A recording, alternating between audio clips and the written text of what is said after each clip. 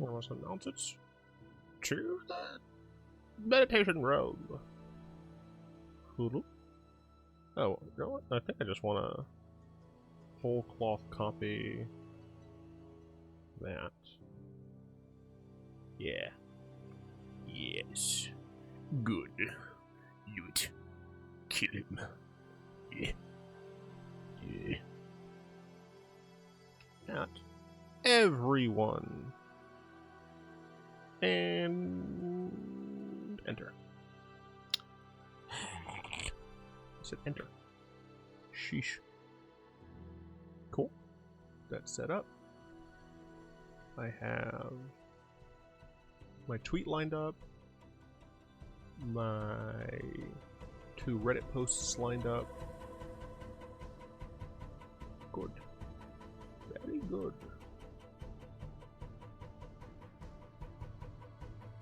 Awesome. Swagtacular. Why is my bitrate eating shit? Yeah, who knows?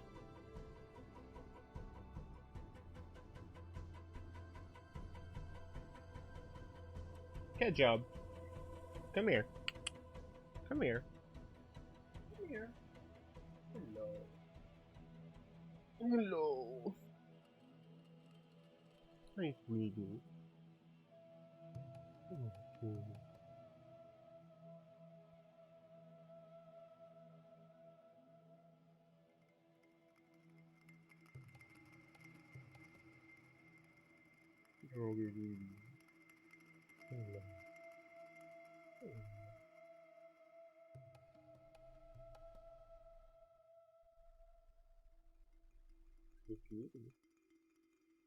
I got streaming. I got stream to the people. Okay. You want to take that? Oh, okay. Okay. Let's go. Bye-bye. Alright. What's up, Jazzy? Or, let's see, so it's Jazzy the Fool. No, Jazzy It's Jazzy the Fool. Well, it could also be Jazzy but I think it's Jazzy the Fool. What's up? Doing well. My hair, once it gets long, is incredibly curly. And it does not like to cooperate.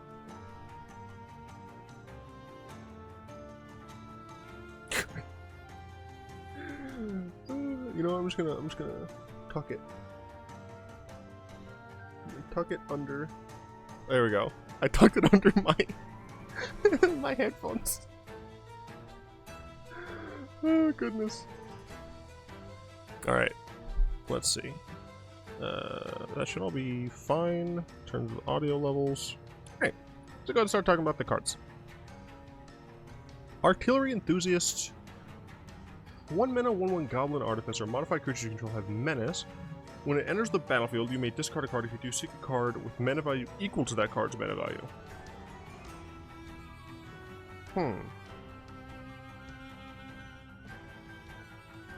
Seek a card with mana value equal to that card's mana value.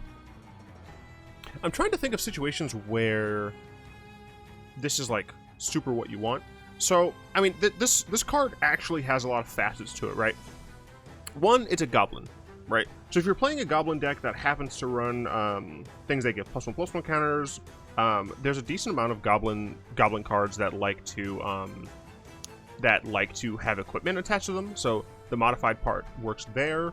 Obviously, this has discard value, so you can like play this in a deck that wants to discard and or tutor for specific things.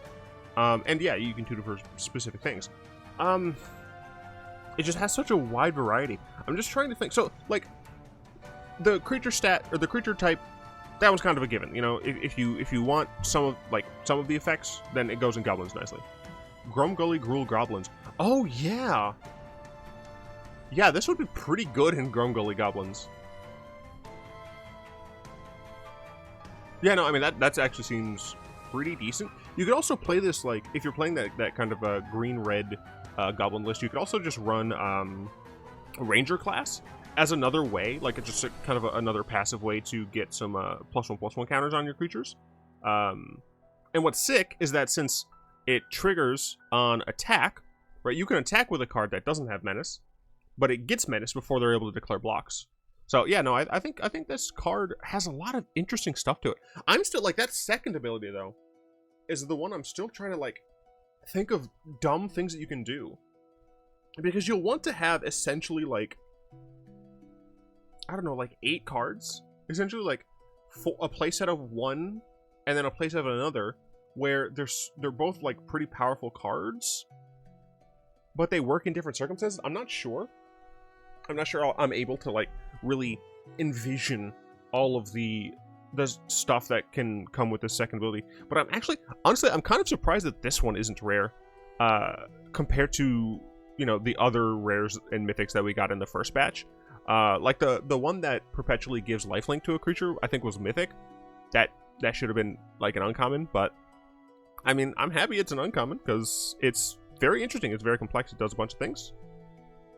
Imperial Blade Master. This was cats. 1 red white human samurai double strike. Nice. Whenever a samurai warrior you control attacks alone, draft a card from the spellbook. Ah, they put the spellbook here.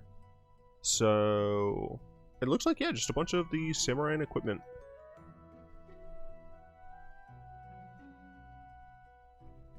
Let me just double check. 1, 2, 3, 4, 5, 6, 7, 8, 9, 10, 11, 12, 13, 14, 15. Yep, that's the spellbook.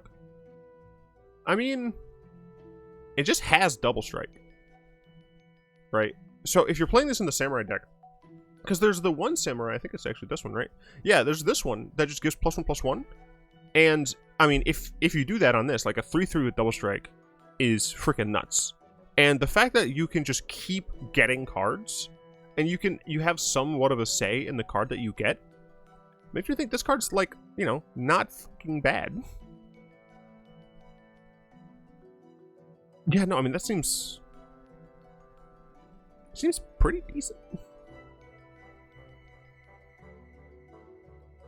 Now, the main thing is this having double strike is the strongest bit of the card. Probably.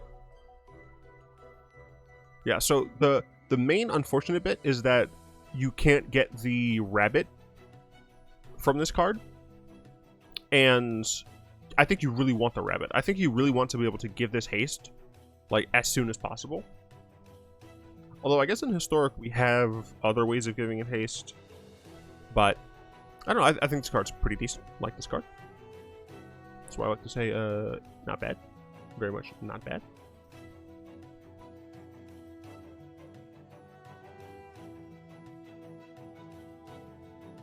Did I actually post? I did, okay. Huge Sag. Oh, right, it is like a Tuesday. So there's also the 5-mana uncommon that gives you +X/+O for each samurai you control. 5-mana uncommon that gives +X/+O for each samurai you control. This one. Yeah, that's also nice. The thing is, right, like this wants haste and or trample. And or death touch. I mean, this card just likes to hold things.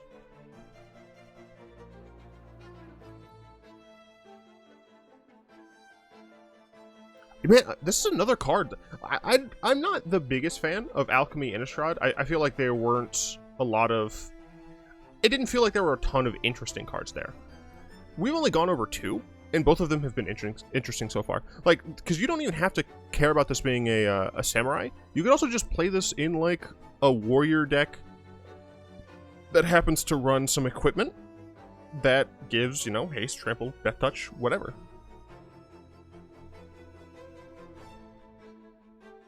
I like this card, essentially, is what I'm saying. Inchblade Companion. This is a 1-mana 1/1 artifact creature equipment insect. It is a centipede looking thing with tiny kunai in it. Okay. Equipped creature gets +1/+1. Whenever Inchblade Companion becomes attached to a creature, create a creature token that's a copy of Inchblade Companion, except it doesn't have this ability. This ability only triggers once each turn. So, okay. So this is a 1-mana 1/1. And you can pay 2 to put it onto a creature. And when you do, you get another 1-mana 1/1 that you can pay 2 to put on a creature. But that doesn't have the copy ability. So in the following turn, you just move this to another creature to get another one. I mean, I guess the biggest issue with this card is just the sheer amount of mana required. I mean, like, Reconfigure 2 is not awful. And in a situation where you have, you know, free equipment costs somehow. We don't have Pure Steel Paladin in Arena. Because I would be playing a Pure Steel Paladin deck. Huh. I know there's Sir Gwyn. There's a card. There's a card that makes equip cost free, isn't there? I want to say it's a dwarf.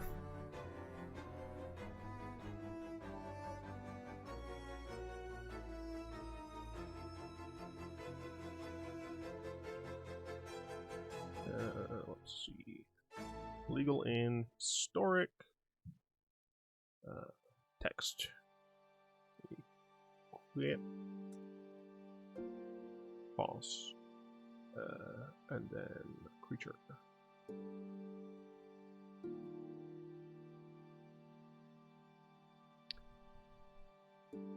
What?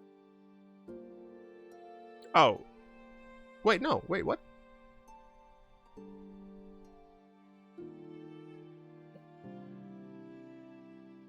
Why was this in Spanish?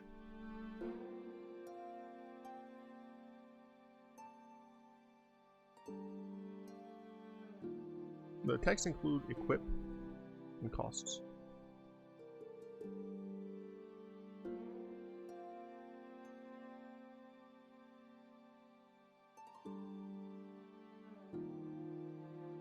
Okay, what does Pure Steel Paladin say?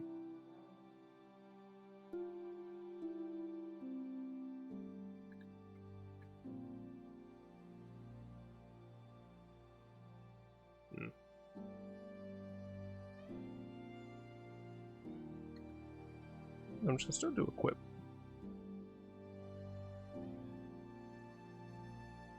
Right, forgot to put legal in historic.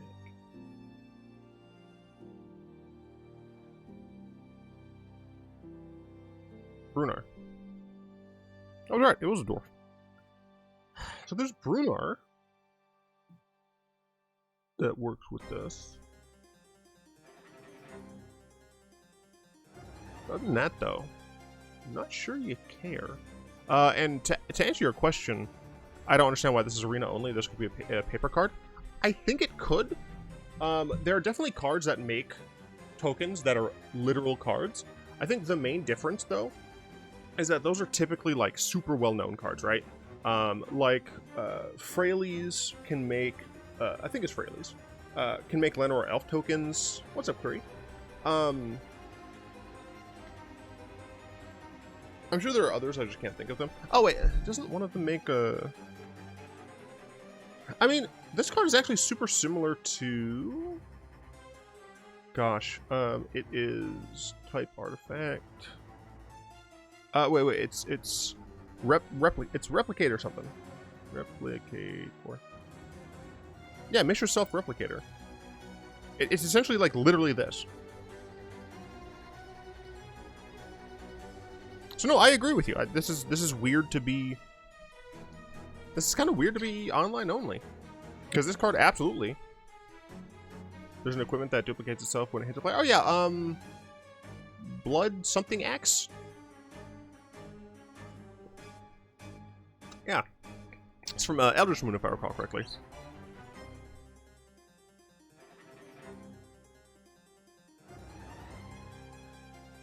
Yeah, no, I agree. This doesn't really need to be arena only. Also, I don't know if it needs to be rare. I mean, I guess it's kind of complex with what it does, but eh. First kind of bad card. Not bad as in like weak, but bad as in like, why is this here? Next up, Forgeborn Phoenix. Got 3 mana, 2/2 flying. Equipped creature has flying. Whenever Phoenix or equipped creature dies, it perpetually gains. Whenever an equipped creature you control deals combat damage to a player or planeswalker, return this card from your graveyard to the battlefield tapped. It's reconfigured for a single red?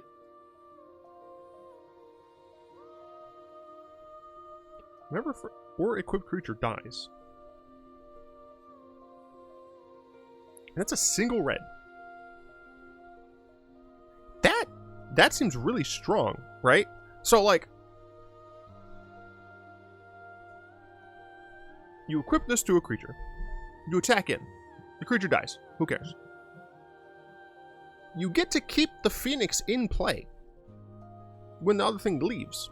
So then you just re-equip the Phoenix to something, hit them in the ugly face, bada bing, bada boom, you get the creature back. This seems potentially nuts. I guess the only issue... Never mind. I was gonna say the only issue is that, like, the card itself isn't all that great, but then I remembered, if it dies, it also can just come back. It doesn't matter if it comes back tapped, because you can just reconfigure it for a single red.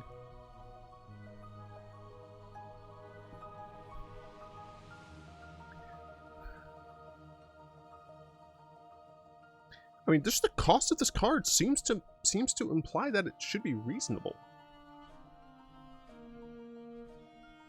Combo with Woestrider and have an immortal board.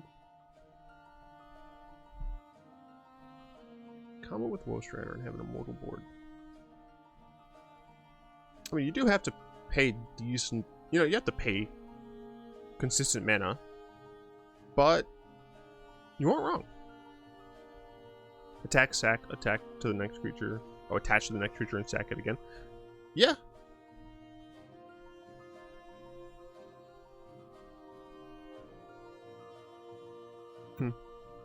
It's interesting. It sadly might be a little weak, but it also might like be in its own deck that kind of isn't around yet. Runaway Growth, 4 mana, starting at Intensity, a new mechanic.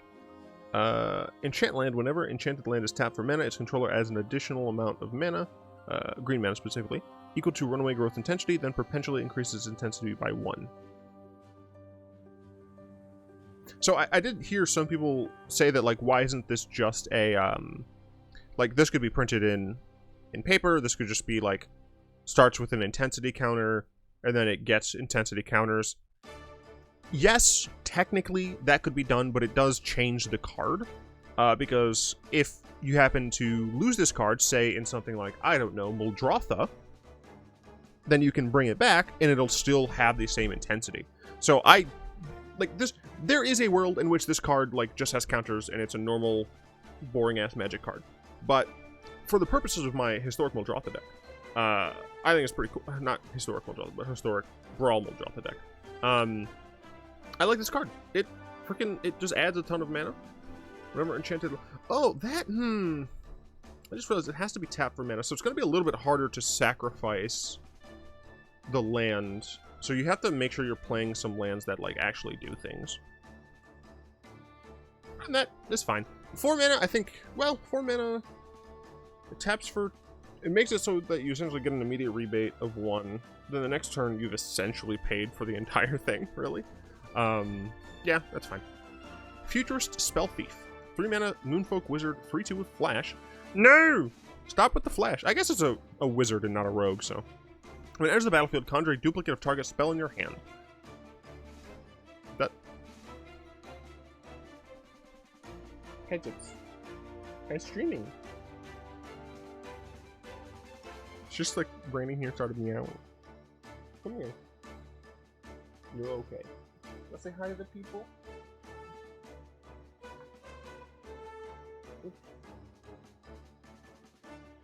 Say hi.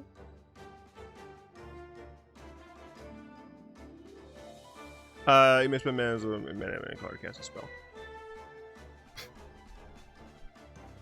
Copy caster effects, but actually balanced. My thing is spend mana as the mana of any class as spell. Like, what's the point of this card? Right? Like, you aren't going to be playing a card with colors that you can't cast. Because then you'll end up in hands, you'll end up in situations where you have a card in hand that you cannot cast, and you don't have Future Spell Thief.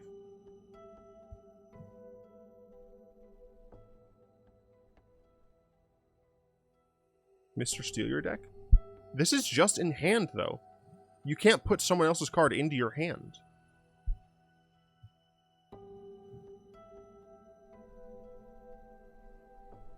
Yeah, because it's just in your hand. Like, that's the thing.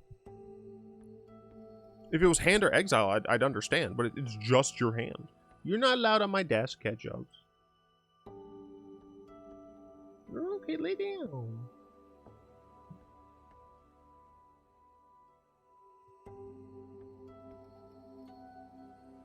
What?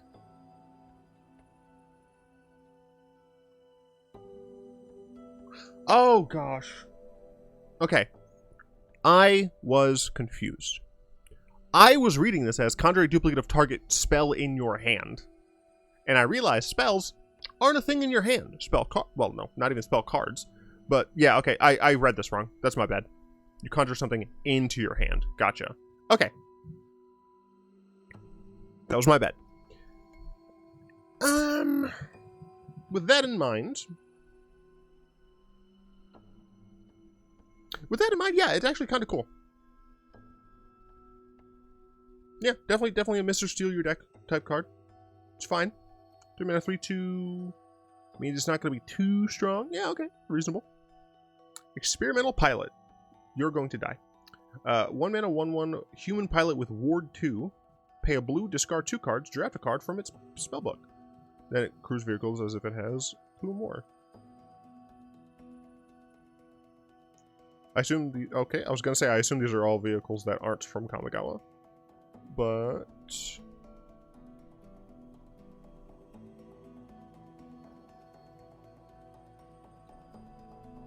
these are all no, that's a rare, got a couple rares. The fact that you have to discard 2 cards for it means this card's just... Are you going to even be playing this in a deck where you want, like, the rest of this card? Like, wouldn't this just be a card where you want to discard cards? And even then, I feel like you wouldn't. Like, this card doesn't scream good to me. Like, the Goblin screamed good because it has a bunch of different things that allow you to kind of, like, make a deck around it, you know? Whether it be just an equipment goblin deck, or a discard deck that happens to be fine with the fact that this is goblins, or seeking cards, or whatever. But here, it feels like the pilot part of this card is garbage. Right? Like, I don't want to discard 2 cards to get 1 card that could be a selection of nothing but bad cards.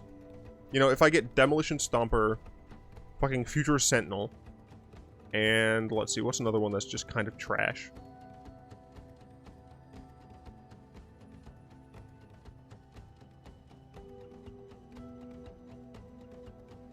Honestly, Overchase Daredevil. Like, if I get those 4, like, that sucks. Perfect for my Grixis Madness deck. That's the thing. I think that's, like, the only place where it's good. I had to case something with Greasefang. So you're playing Esper. So Greasefang already has, like, a reasonable deck that's relatively consistent. So now you're going to be discarding 2 cards. So if you only have, like, if the thing is, like, that implies that, like, all of the cards in your hand, or at least 2 of them, you don't give a shit about. So let's say you have an opening hand, right? You have this in your opening hand, right? You also have Perihelion. We have to also assume that you have Greasefang. And then you have 4 other cards. Let's say it's land, kept a 3-lander, 1 miscellaneous card, right? You play land, this, on turn 1. You have 2 lands left, and you have a Greasefang Perihelion random card, right? Then you draw a card. Let's say it's a land, sure. You play a land, you activate Pilot, discard miscellaneous card Perihelion. Now you have Greasefang, 2 lands. Maybe I'm stupid. Maybe that's actually fine. The only other case I can think of is for decks that want more ways to pitch cards, and for some reason with looting in the game, they still need more. Yeah, I don't... Yeah, I mean, maybe, but I just feel like... I feel like this card does a few things interestingly. This card does kinda one thing weirdly. Undercity Plunder, Jesus. 2 mana sorcery, target opponent discards a card, then they may discard an additional card. If they don't, conjure a duplicate of a random card from their library into your hand. Potentially gains that blah blah blah. Well, this is another card from Mr. Steal Your deck, which happens to be a blue-black deck to begin with. I could probably make a Historic Brawl deck by now. With, what, Zarathar, maybe? Xanathar? Xanathar is what I meant. Zarathar is a freaking viewer. I mean, that's a possibility. But also, just as a card, so this could either be... So either way, this is going to be a 2-for-1? Well, you use 1 card to either have them discard 2, or get them to discard 1, and then you get to replenish.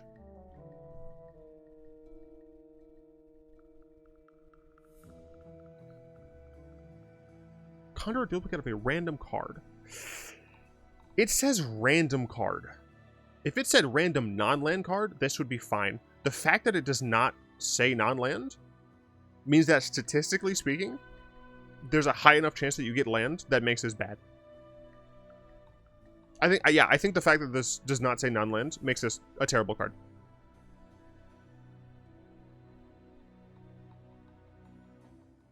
Yep. Junkyard Scrapper. 3 mana 3/3 Goblin Artificer. Whenever a non-token artifact enters the battlefield under control, exile a random non-land artifact card with lesser mana value from your library. You may cast that card until substantial 2 mana, discard 2, or 2 mana, discard 1 and draw 1. I think it's viable. I don't know. So again, I need to kind of reiterate. I'm talking about these in the context of historic only, because that's what I don't really play alchemy. So I figured that's kind of the area I should stay in my lane, you know. But yeah, I can't see this card being great.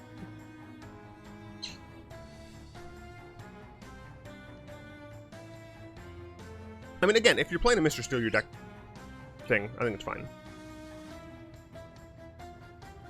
IDK if they mistyped it or something, especially since you can't cast lands.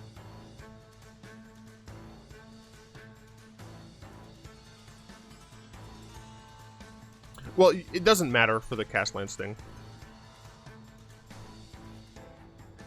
Jojo keeps on dissing Untitled Plunder, but I still like it, lol. I'll have to see. I'll have to see. I don't think it's very good.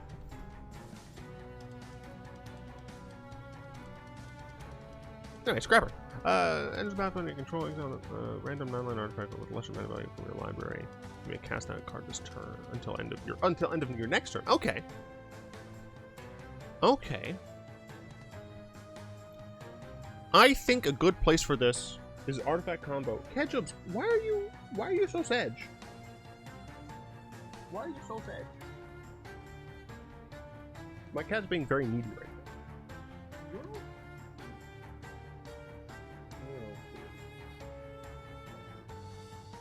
Just lay down. Yeah, so I think like a decent place for this would be module combo, right? Where you can play, you know, the 3 mana module to maybe get a thing. It doesn't say once per turn. Holy shit! It does not say once per turn. So theoretically, if you so let's say you play this on 3, right? By turn 5, I'm just going here because I can. You play the 3 mana module. Hopefully you exile the 2 mana module. You exile the 2 mana module, you play the 2 mana module. Then you have the 1 mana module, which I think is the animation module, in exile. Next turn, you play the animation module for 1. It's great. Paradox Engine combo. Fuck!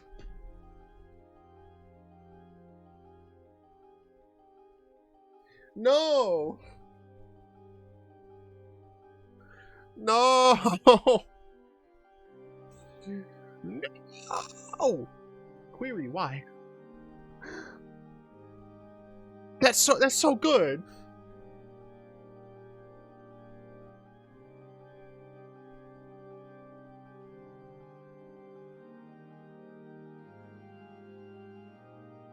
I am depression now.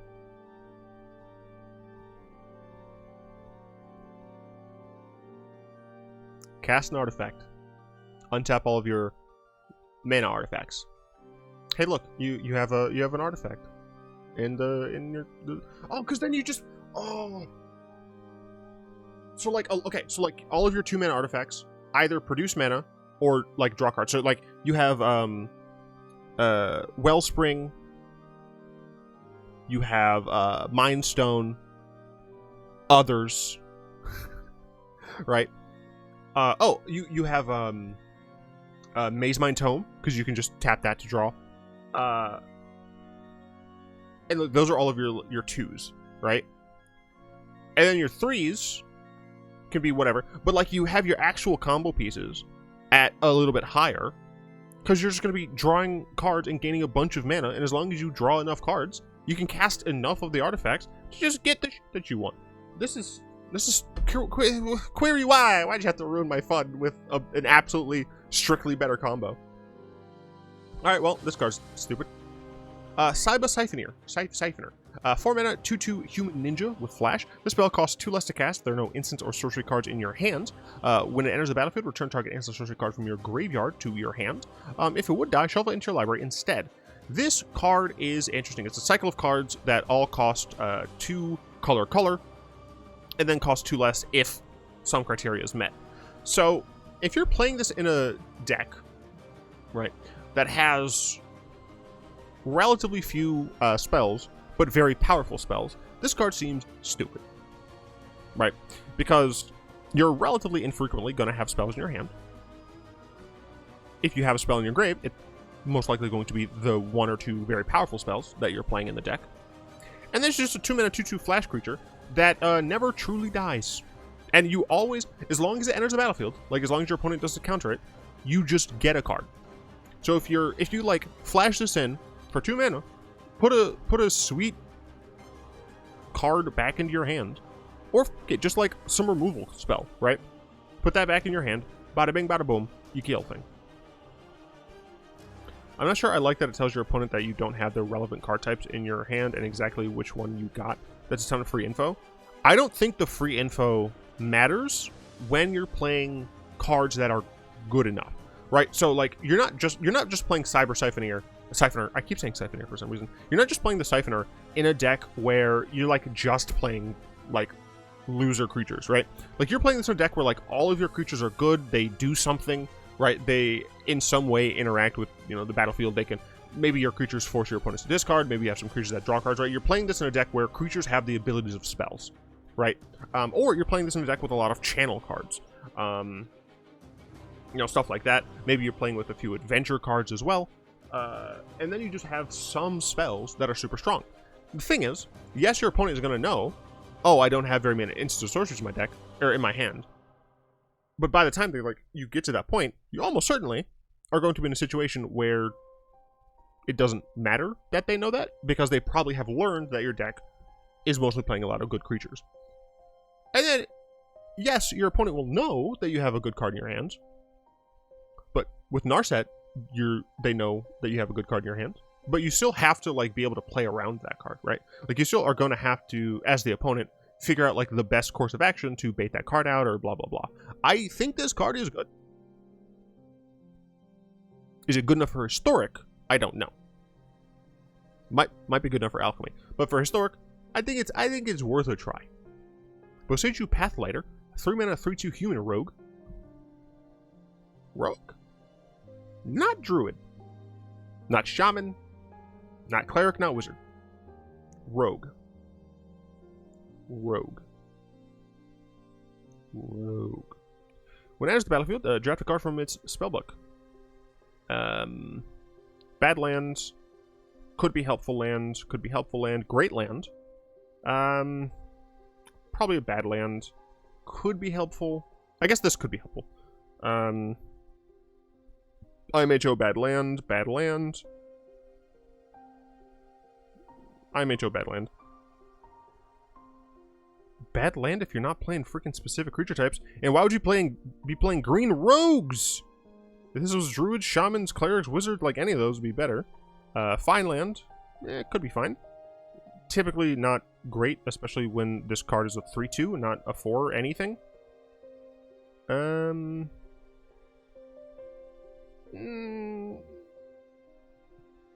Bad land just because of the fact that, like,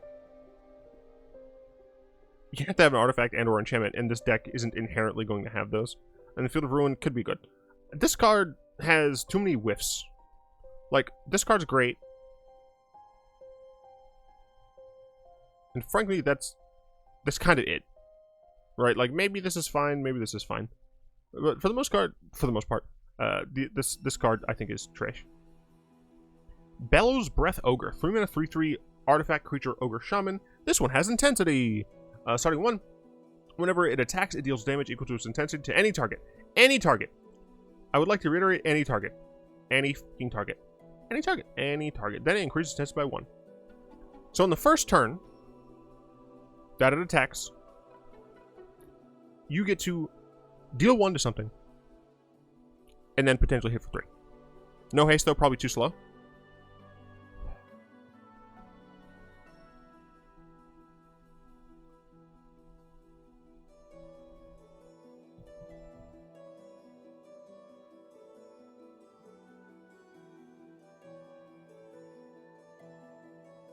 I don't know if that's the case.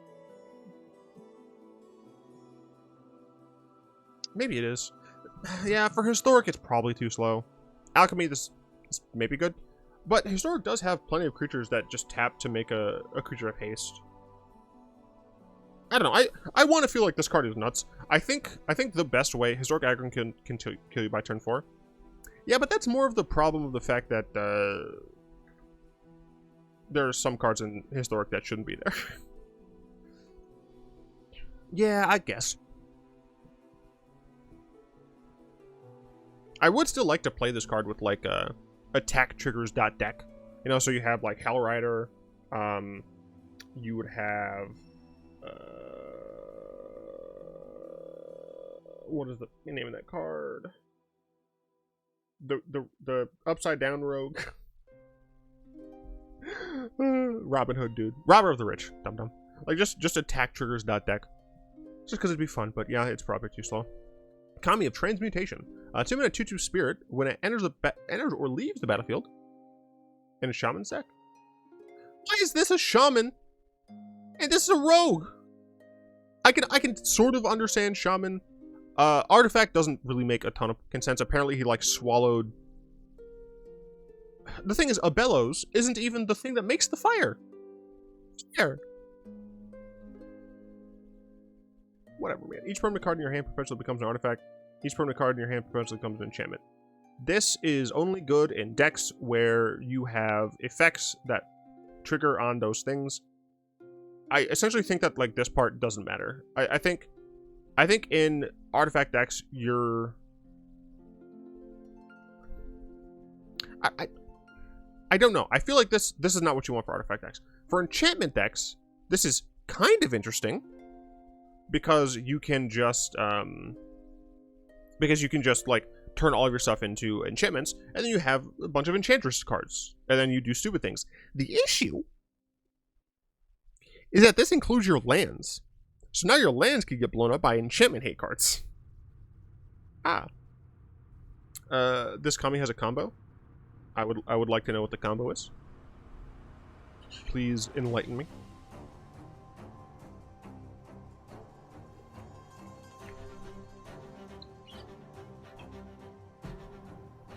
I must know. So Healy Rai can copy herself for infinite artifact ETBs.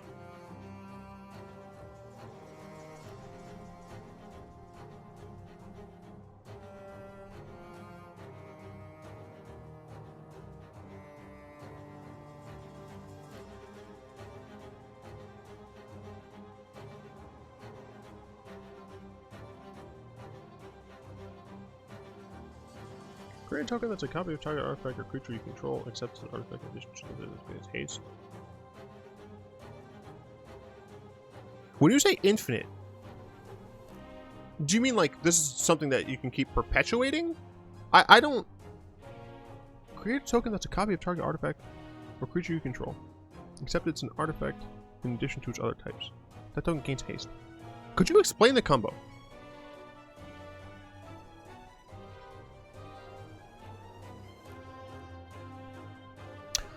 Oh, you're okay.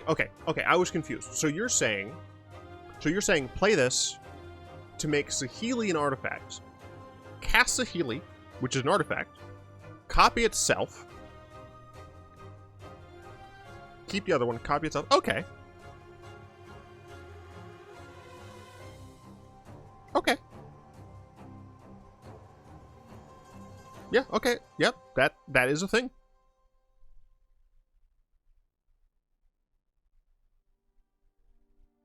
Just casually complete Saheeli. True. Reckless Firewalker. Whenever an artifact enters the battlefield under control, deals 1 damage to each opponent. Yeah.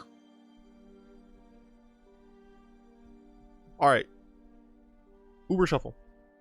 I task you with creating a skeleton for this deck. It's your job now. Fragment Reality. 1 mana, single white. Instant, exile target non-token artifact, creature, or enchantment. Its controller puts a random creature card with lesser mana value from their library onto the battlefield tapped. So, this is a good old-fashioned Path to Exile, Swords to Plowshares style card. What's cool is that this can exile an artifact or enchantment as well. It's an instant, only 1 mana. The issue is that they get a random creature card from their library onto the battlefield. Now, query, I was getting there. God! Now, the thing about that is you don't get to control what they have. And if you're playing this card, you're probably playing it against a creature deck. Theoretically, you could be playing this against decks that don't run very good creatures or creatures that you care about all that much. In which case, cool, it's better. But by itself, the fact that you're actually like you're not actually getting value, you know, you're 1 for 1ing yourself, 2 for 1ing yourself. You use 1 card, whatever, I don't care. It's not good. It's not good. That said, in a deck like Death and Taxes, you can bring in, or just have in your main deck if you're going to be running these, Containment Priest, which makes it so that your opponent just can't have stuff that would enter the battlefield if it wasn't cast. So you just exile it instead. I do like that this is only creatures, so if you exile an artifact or enchantment, it's not going to get another artifact or enchantment, because you probably just don't want to deal with those cards. And then there's also, yeah, Grafdigger's Cage, Weathered Runestone, you know, things like that. So there are definitely ways. It's nice that it's random, insofar as your opponent doesn't get to choose the card that they get. So something could come out at an inopportune time. And it does have to have lesser value, right? So if you're hitting a 1-drop, right? Like, this is a great card to get rid of birds, right? The 1-mana dorks. Fantastic card for that. Because they're unlikely to have anything that costs 0. They could theoretically, but they're unlikely. If it hits a 2, it's possible that the deck doesn't run any 1s. You know, not all decks run 1-drops. But typically, if it's a deck where they do run 1-drops, and, you know, it's a kind of an aggro deck, if you're getting rid of one of their 2s, I assume their 1-drops are worse. And the same can kind of be true of 3s, right? Especially since it's random lesser mana value, right? So if you exile one of their 3s, it could be hitting a 1, you know? So it has potential, even if random. I'm going to try in a Death and Taxes deck that runs Containment Priest main board. And I'll probably try to figure out some other ways to make use out of Containment Priest. But I'm going to try it. And hopefully this is not another, what's that super shitty card? The 2-mana one that, like, has chess pieces or whatever. It's absolute garbage. I scrubbed it from my mind. It's so bad. Badger Beetle. 2-mana 2/2 equipment insect with first strike. Equipped creature has first strike. At the beginning of your upkeep, a random artifact card in your hand perpetually gains this spell cost 1 less to cast. It's the dragon. It's the dragon, except for artifacts. Oh, it's only a random. Never mind. Divine Gambit. Yeah, hopefully this is not another Divine Gambit situation. That card is trash. Random artifact in your hand costs 1 less to cast. I mean, the thing is, I don't even know if this matters. Right? Like, I'm not sure that this matters. Kind of like, this just feels like upside. Right? Like, this is just a 2-mana first strike creature. That's an artifact, which could matter. And that reconfigures for a single red. Right? Like, this just seems reasonable. I got it. Play a Metalwork Colossus or something like that, then use a spell as a tutor for whatever big creature you want.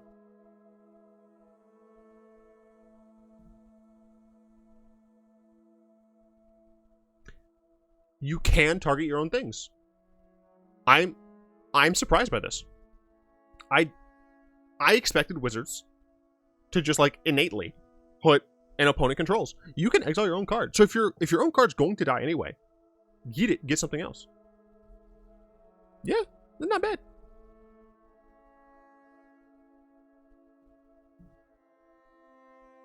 This seems good. Just like the fact that this costs 2 mana for a 2/2 first strike is already good.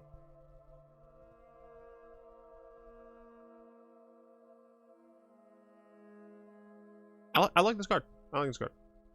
Dragonfly Pilot. 1 mana, 1/1 Fox Pilot. When it enters the battlefield, conjure a card named Dragonfly Suit into your hands. Hey look, it's Dragonfly Suit. It's a card that you don't want to actually put in your deck, but as a card that comes from another card, I think is actually reasonable. A lot of people have been saying, like, do you play this over Hotshot mechanic? No, you play them both. Like, what are you talking about? Dragonfly Pilot is just nice for being able to get another vehicle into your deck without having to put a vehicle into your deck. Yeah. You play like 2 or 3 copies of this. Maybe 4 if you're going hard. Yeah, this card seems absolutely fine. Forceful Cultivator. 4 mana, 2/3, Snake Shaman. Spell costs 2 less if there are no land cards in your hand. When it enters the battlefield, search your library for a basic land card, put it on the battlefield tab, then shuffle. This card seems real good. Like, oh my god, imagine the situation, right? Where you keep a 2-land card, a 2-land hand, with this in it. Too bad green doesn't have any method of getting all land cards out of their hands. I know, right? But just imagine the stupid line where you actually keep a 2-land hand because you have like 1 or 2 of these. Then, you know, on turn 2, you play a 2/3. That ramps you.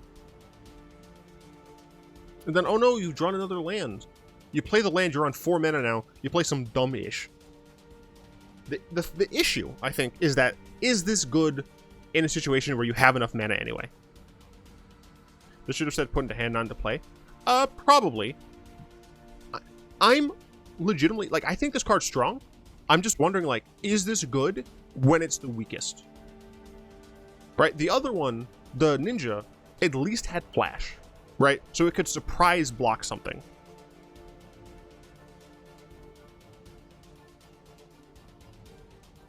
This does ramp you. I'm not sure. I'm legitimately not sure about this one.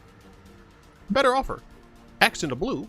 Sorcery. Put a random creature card with mana value extra less from target opponent's library onto the battlefield under your control.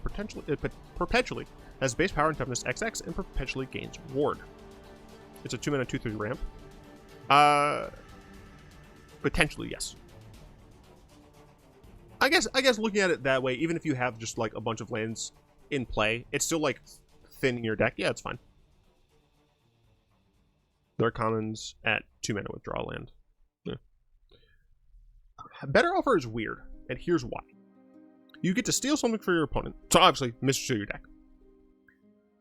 But since it perpetually gains the benefit, if it dies and then goes back to their graveyard, If they reanimate it, it's still going to be bigger. Potentially bigger, I guess. That said, it obviously goes into Mr. Sugar deck. Coming of the Bamboo Groves. A single green mana for a 1/1 enchantment creature spirit. When it enters the battlefield, you may put a land card from your hand onto the battlefield tapped. It's like Monkey. Arboreal Grazer. Except, I think... So, okay, so Arboreal Grazer is better baseline. And here's why. It's a 0/3 with reach. The fact that it can, like, legitimately protect you is very important. That said, this has channel for 3, discard it, conjure 2 cards named Forest into your hand. Which is also good. Wait, okay, wait. You have this, right? Turn 1, you play this, put a land into play. Then on turn 2, you play a second land, right? Then you play the archer, or the snake shaman. You get another land. You have 1 mana left over. I don't care what you do with it. And then when you top deck another Kami, instead of just putting a land, you put 2 cards named Forest into play. I don't know, this card, if you're in a deck that wants this effect, I guess, but I think generally Arboreal Grazer would be better. Kami of Morning, 3 mana, 3/2. When it enters the battlefield, target creature you control or a creature in your graveyard perpetually gains. Whenever a creature you control with greater mana value than this card dies, return to the battlefield. Return this card from your graveyard to the battlefield tapped. So essentially, this is giving a card soul, or it's giving like pseudo soul shift, right? So let's say you have a 2/2 or a 2 mana card in your graveyard. You target that. Whenever something that costs 3 dies, or 3 or more dies, you just get to put it back in play.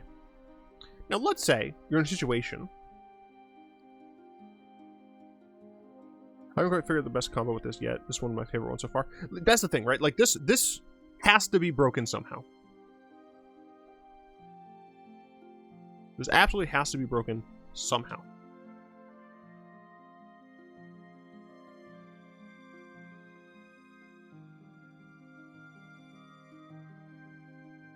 Because, like, so you could have a... So you need a sack outlet, obviously. You would want a creature that does things on ETB or death. And then you want another creature that can get a more expensive creature. But I don't think they're anything like that. So, I don't know.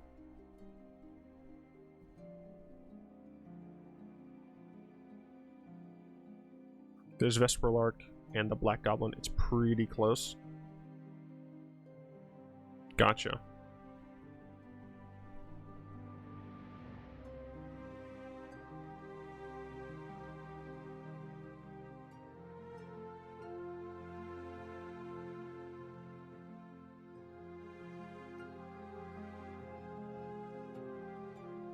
Alright, Ubershovel, that is your second deck creation job. Hop to it. Yeah, no, that's the thing, right? Like, this card, you don't play this in a fair deck. You play this in a combo deck. Absolutely. Moth Rider Cavalry is the white version, 4 mana 2/2. This card's fucking hilarious. This spell costs 2 less to cast if you have no other creature cards in your hand, or if the only other creature card in your hand are named Moth Rider Cavalry. Flying, other creatures you control get +1/+1. This is fucking hilarious. So if you have 2 Moth Rider Cavalries and no other creatures in your hand, it's for 4 mana, you get 2 3/3s that fly. That's cool.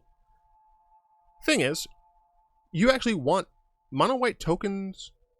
Oh, mono white bruh. I was about to say, like, you play this in a deck where you want to be playing creatures, and then I remembered tokens exist. By remembered, I mean you said that. Okay. So you have, like, Intangible Virtue, you have Raise the Alarm, you probably are running the Vampire Adanto Coast thing. Yeah, no, actually, yeah, that seems not fucking bad. You do need to get some card draw, most likely. Because it does seem like something that would run out of cards very quickly.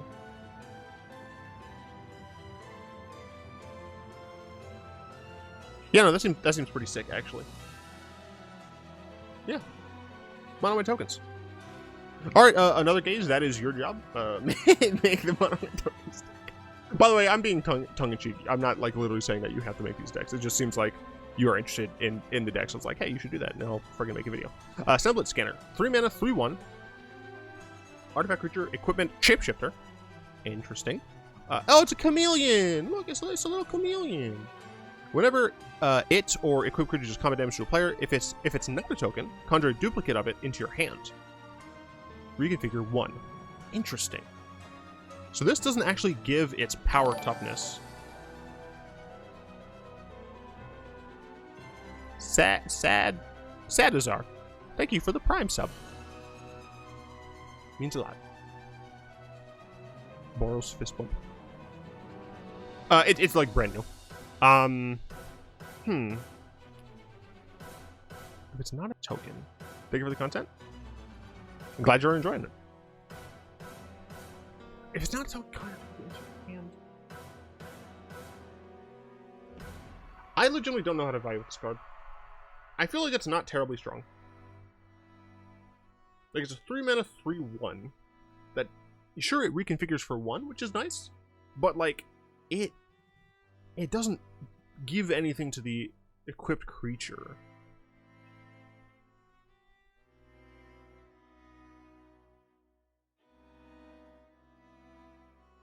Okay, and then I'm just gonna double check, see if there's... Nope, there's not. Which means we get to go to my card.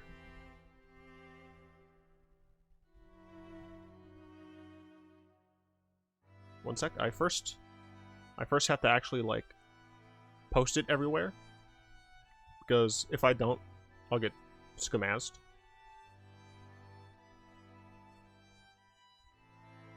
I just want to make sure I'm posting this everywhere. Submit. Submit. Submit fucking post! Is this? Welcome to Chronicler of Worship. So you know how I played Shrines yesterday? I played it as a peek. It was a bit of a hint. Yeah, so we're playing. We have Chronicler of Worship. It's a 2 mana 1/1. Add 1 mana of any color. When it enters the battlefield, put a random shrine card from among the top 7 cards of your library into your hand. It perpetually gains this spell, costs 1 less to cast. Then shuffle. This is pretty cool. Here's why. It's a 2 mana card that color fixes for you. Even if you're not playing a shrine deck, this is another 2 mana card that does like good color fixing. But if you're playing shrine deck, you're essentially drawing a king card, right? And it's a card that you need. If you're playing a shrine deck, you should essentially never whiff on this card. I mean, there's like actual math on it, like the number of shrines that you actually have to play in order for this to always hit. But I think this card is just sick, right? Like, it replaces itself immediately. It gets you to more shrines, and it makes that shrine cost less, so that you'll be able to play that shrine ahead of curve, meaning that you're getting a bit of extra value, because, you know, let's say you want your opponent to discard cards. Well, now you can play the black shrine on 3, right? You can freaking... Oh, freaking, you could play, like, the Go Shintai shrines a turn, like, on turn, instead of, like, 4 CMC this does not help Sanctum of All. What are you talking about, Query? This doesn't have Sanctum of All at all. You screwed me. Oh, right, Go Shintais. Right, so typically I want to, like, save my Go Shintais until, like, the turn where I can actively use them. So technically that would mean, like, the red Go Shintai would be, a 4 mana card, essentially. I'm playing it when I have 4 lands. But with this, you can actually play them on curve and still get value out of them. I love the fact that that Wizards gave me a card that's like actually cool and people like actually want. People love shrines. This card is frackin' sick. I love it. I do need to comment on my Reddit posts. So I promote myself. Hey everyone. I am Justin, aka 6. Does not get worship flavor fail. Alright. Alright, Solar Joker. Aaron, I'm just an AK6. Big thanks to Watsy for this preview card. Hi. MPG. And other gaming content over on my... I gotta do link. I never remember my actual link. I think it's just youtube.com/ stuff. Or AK6.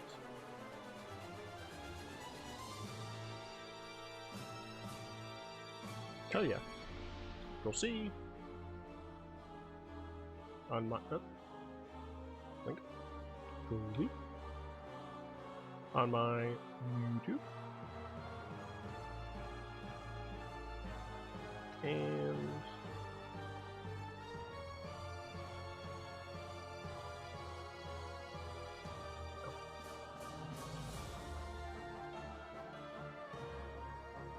Control C.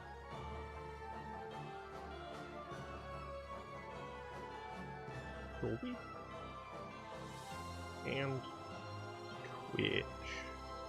Not Twitch. Twitch. Let's make sure this.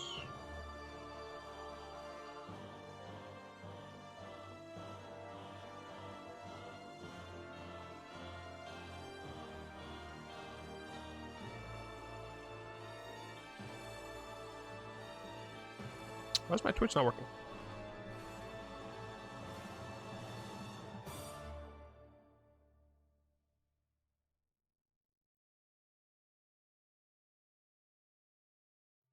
Yay, people are saying that they love it so far. How the fuck? Oh, you know what? I'm stupid. I can just go to my link thing. Wahaha. Twitch channel. Copy link address.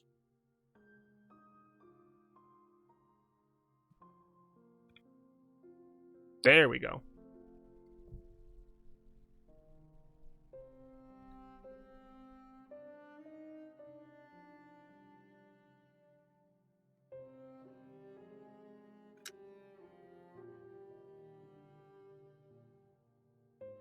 Yeah. Hey everyone, I'm just an AK6. Big thanks to Wizard for this preview. I can make, yeah, that's fine. I just want Control C. Gotta go here. And Control D. There we go. And now we wait for the views to stroll in, JK. No, getting preview cards doesn't actually help you all that much. It just feels good. You know, it just feels good.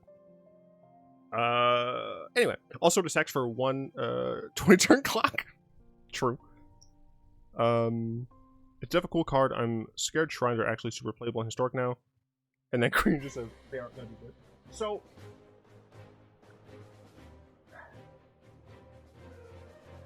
I think that shrines are. So let's see, right? Because if you're playing brawl shrines, that's one thing, right? But if you're trying to play 60 card shrines, I don't know if this can necessarily get there. You know, I'm gonna turn off my display capture. Browser capture? I don't remember. Shit.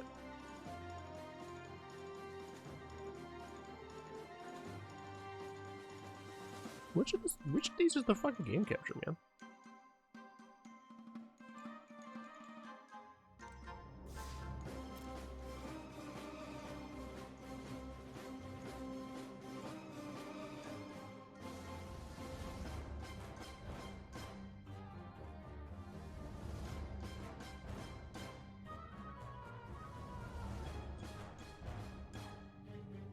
Huh.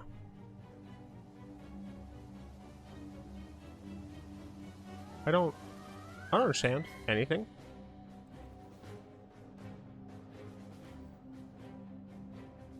Oh, that's why. I'm very smart. I just wanted all of you to know I'm very smart.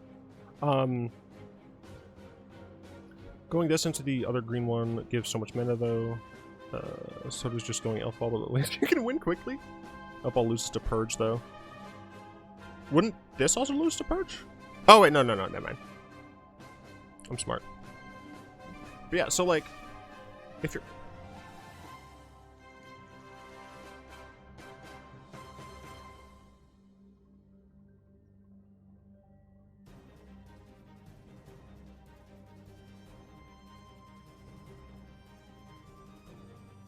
Interesting.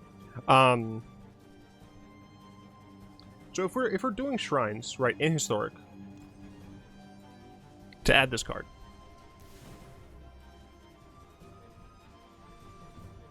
So first things first, historic.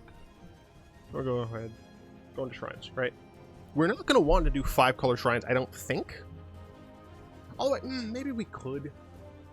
Right, shouldn't say shrines. Should just say shrine. There we go.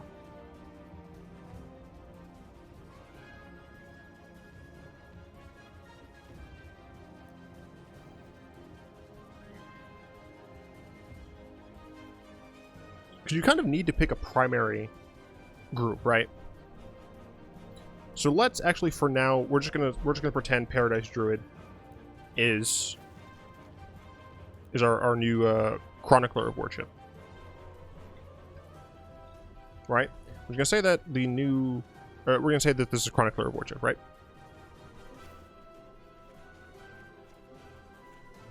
I'm a bit sad I can't add it to my Esper Shrines Enchantments list in Brawl. Yeah, well, it's green. Get over it.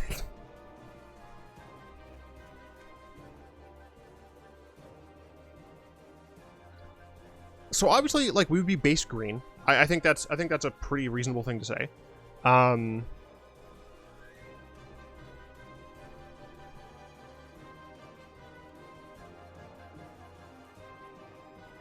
Then, like, the issue is, again, like, this is a ton of shrines.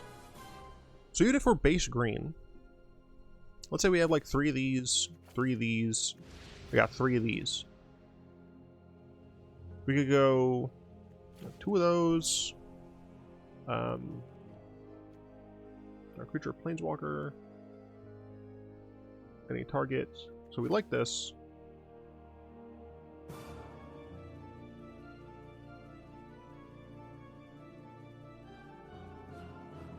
Like 1 of each of those. We love Sanctum of Stonefangs. The other thing is that it is with the Shroud enchantment for the 2-drop slot. I don't think it technically is competing for that. So we have 2 of those, 1 of those. I actually don't like Honda Seeing Winds all that much. I much prefer Sanctum of Calm Waters. Let's just say 3 of those for protection. Got 2 Cleansing Fires, got 2 of those, we got 1 of those. Okay, you know what? We're left with... Oh, wait, never mind. This has no lands. So, boom. We're 60 cards. Are doing a mirror build? No, that's the thing, right? Like, I don't think you can even, like, how do you fit anything in this? Like, I'm kind of saying, like, I don't think we're able to play the full 5 colors. But then, like, what are the best colors? Right, blue gives you the card draw. Green can give you a ramp and... I mean, you have to essentially play green. Like, that's the point you're playing this card.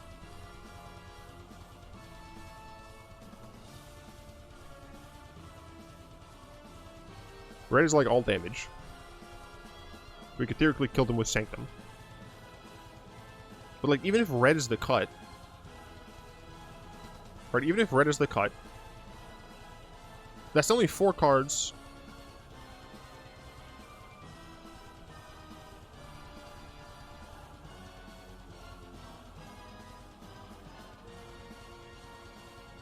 White feels the weakest? Yo, do not sleep on Shared Purpose, dude. Shared Purpose gets out of hand real fast. And you might be saying, oh, it's just a life web. Nah, the fact that this thing, like, actually is around is very nice. Like, the fact that this is also a creature can be very nice.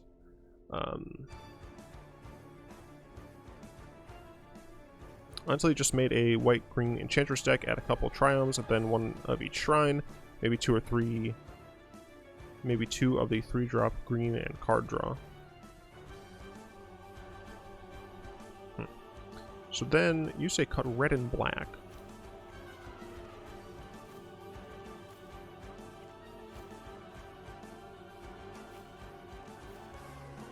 So we cut red and black. I assume we're also cutting Sanctum of All.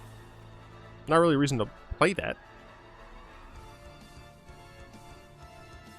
So we have a Bant deck, which is fine. You know, Bant's fine. We are able to kill with, like, these. But then, like, what's the point in playing Sanctum of All if you aren't, like, playing all of the things, like, to tutor them, right?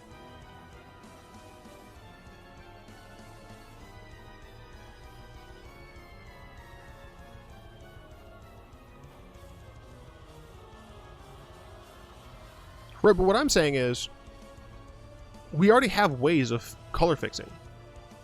Right, so why wouldn't we just at least run one of each of the others?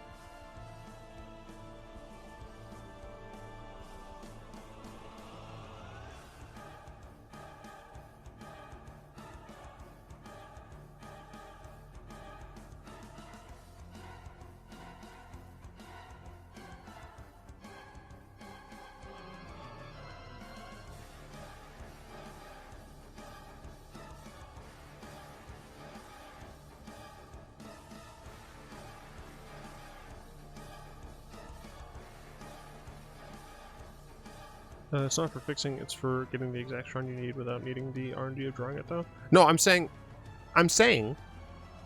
we have fixing such that we could play the other shrines if we drew them. But if we're playing Sanctum of All, what is the purpose of not playing one of the other 6 shrines? Because then you could get them for when you need them, but you're generally not likely to draw any of the individual ones.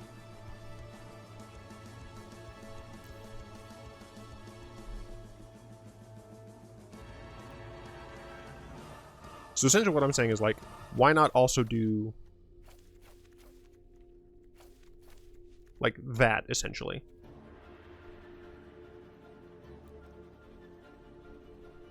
Then let's say you trim on some of the more expensive ones.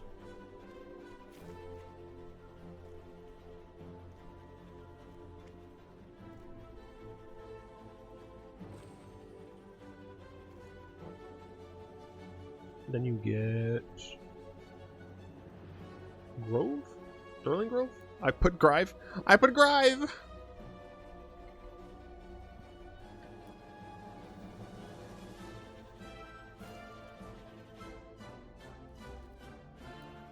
What's that? That's that new enchantment guy.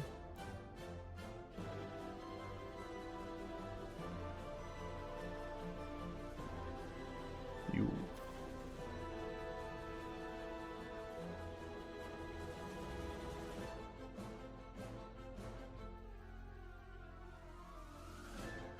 So we have 26 shrines, which is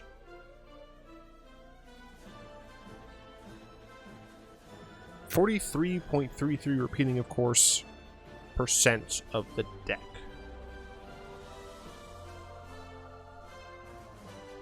Isn't Collected Company also top 7? Or is that top 6?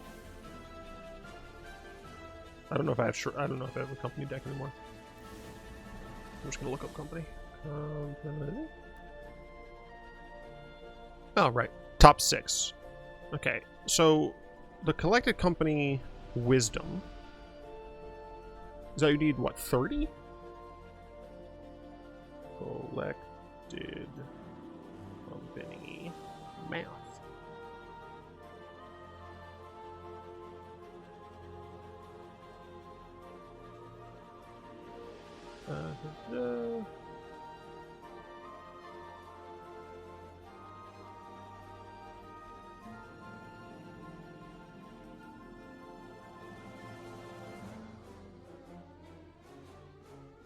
want 22 hittable creatures at the very least before putting collecting up in my deck.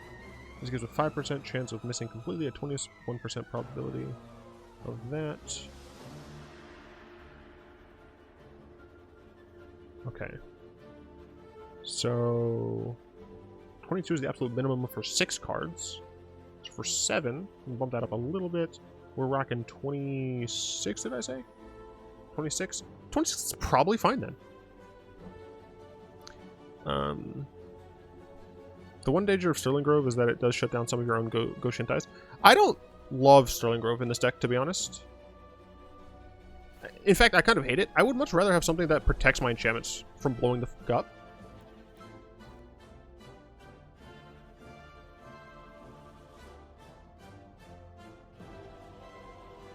I feel like this deck kind of also wants a board wipe.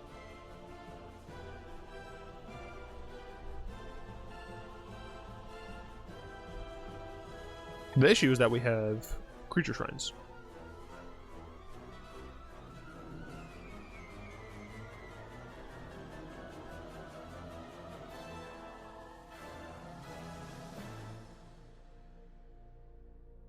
Also try a list with Storm the Festival. It was weird. That does sound weird. Teferi's Protection works. That's true. Teferi's Protection also, like, helps me survive.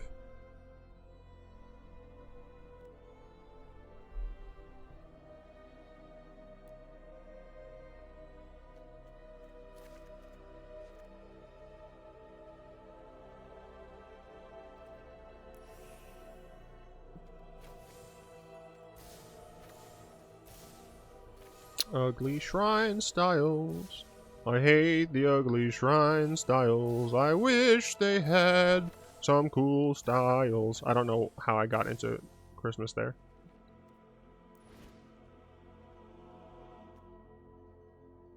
Oh, this is a fucking mythic? Jesus Christ, man.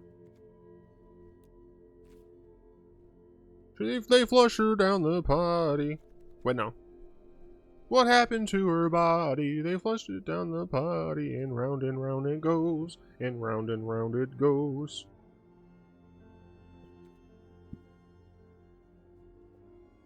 I mean, it's the only card that shaves your shaves your shrines. It shaves your shrines. Heroic Intervention also works. Can I get package? All right, there's a package outside I have to go grab. I'll be right back.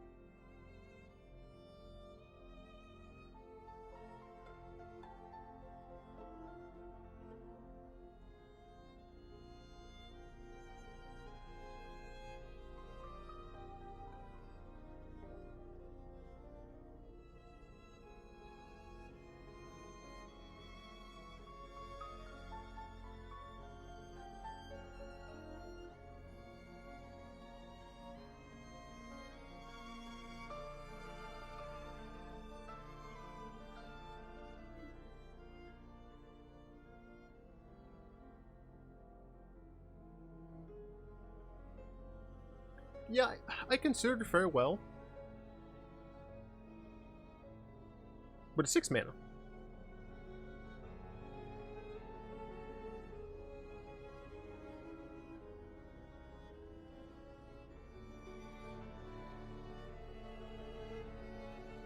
Now for the mana base. That's fun.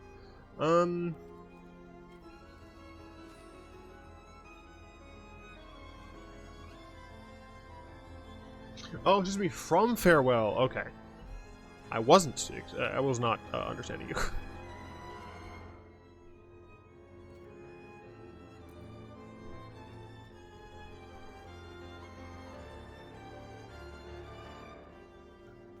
And first things first.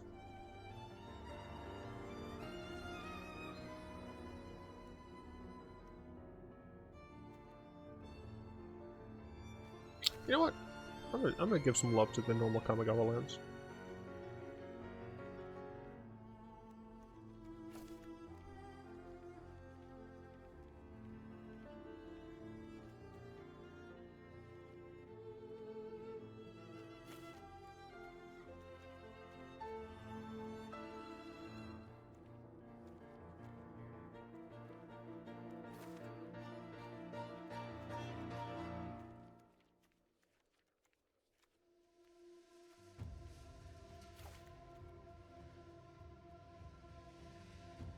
Unrelated, but on a scale of 10 to 100, how hyped are you for Grixis Triumphs? Try 1K, dude. I'm fucking so stoked that I finally get my goddamn Grixis Triumph, dude. I cannot explain to you how fucking happy I am that I finally get to play Grixis Bolas with a great turn 1 play. Like, being able to just, like, smack that bitch down and know that next turn, I'm, like, chilling. No matter what is in my hand is fucking awesome. Who emailed me?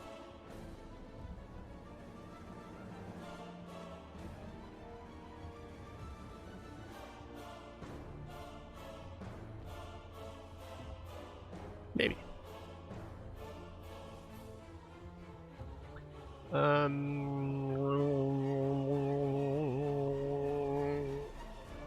How do I make this deck's mana base, guys?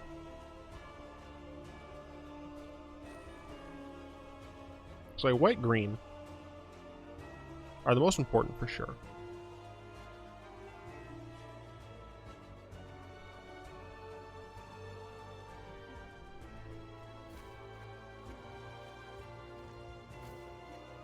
So I definitely want all the triumphs that include white and green. Which is 1. Being doubt the triumph. Needs more MDFCs.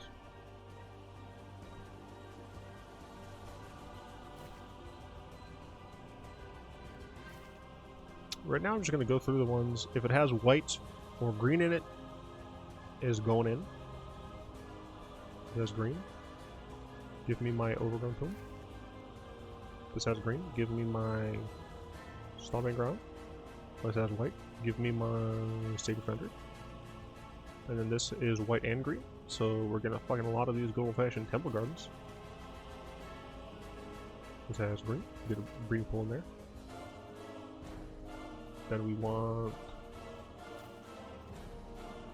3 Endotha Triumphs. 1 World Tree. Or 1 of each of the other triumphs. I think it's 1 of each of the other triumphs. Am I unable to do fucking basic math? Why, that's stupid.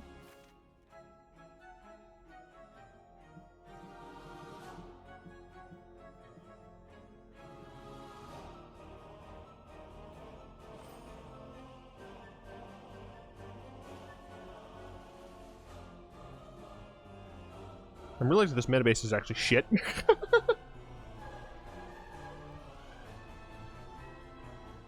I actually don't think I should be running these triumphs.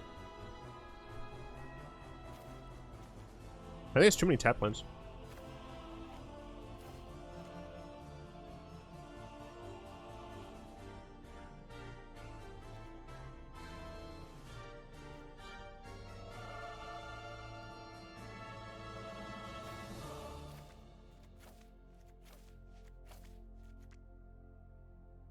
We're gonna do this for right now.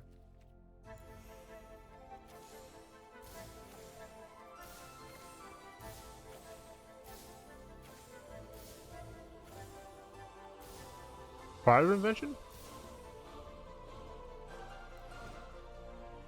Why would you tell me this now?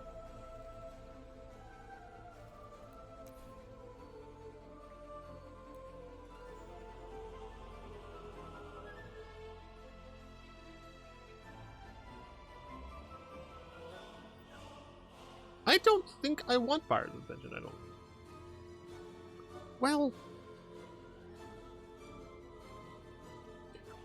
I don't think I want it.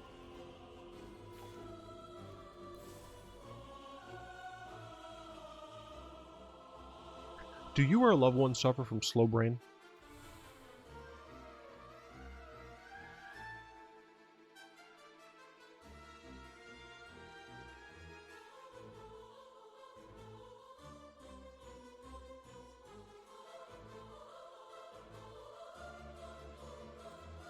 Oh, yes, of course.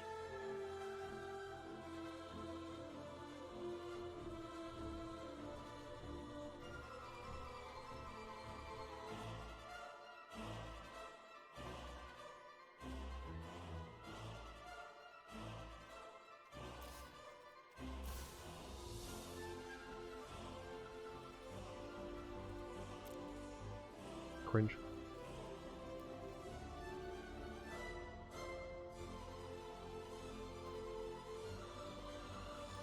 Right, who wants to fight my shrines that aren't technically shrines?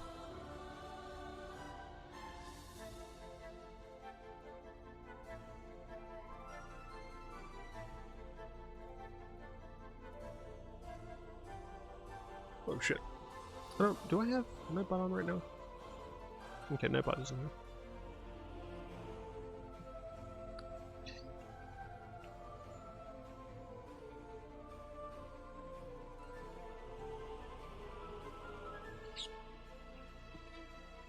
How could you? Alright, well, I'm gonna give it a quick whirl.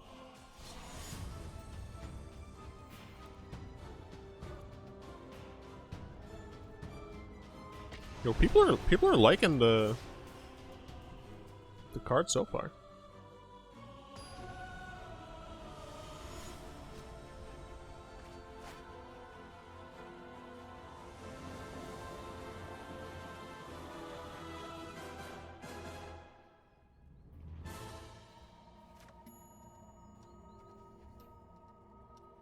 Of course, Magic TCG is 83% upvoted.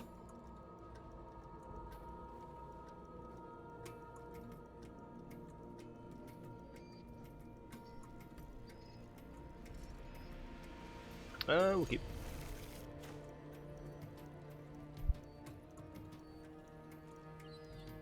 Yeah, so if we had the other one, if this were my preview card, then we would also be able to get a card from it. Retro Raggy. Prime Rare. Play this.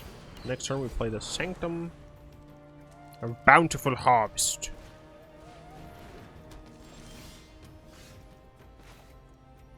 Yeah, we'll take 2 more damage. I think we actually play this and Tranquil Light just so we can get more mana.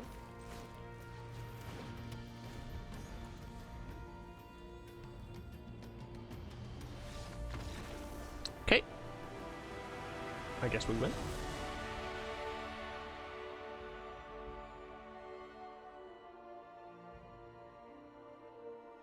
Cool.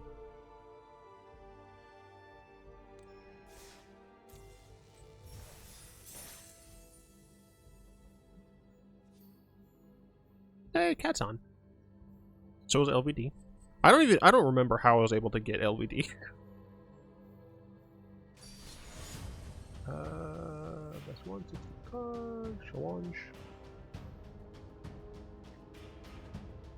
Just do next to make sure I clear up.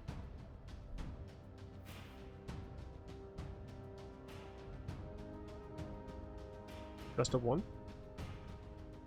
Oh, did you not want to test the thing? Not brawl? Oh, we can do brawl. Query. Friendly brawl. Well, what do you want to do, man? I don't care which. You know, fuck it, we're doing brawl.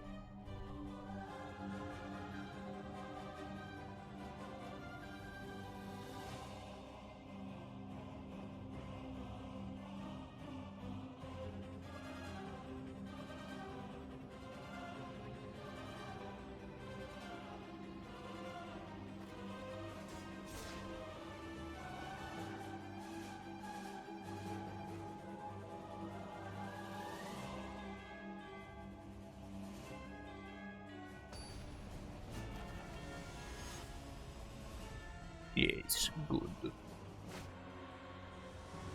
Young Skywalker. Bad opening hand. Oh, well, this is awkward. He's gonna beat me with wolves! This is not fair! I'm the wolves guy. I'm the one who... I'm the one that barks. Oh, fuck me, dude.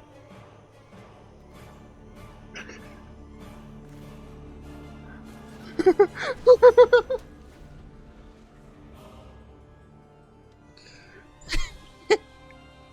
the one that barks. Use a land drop? That's a bit of a yikes.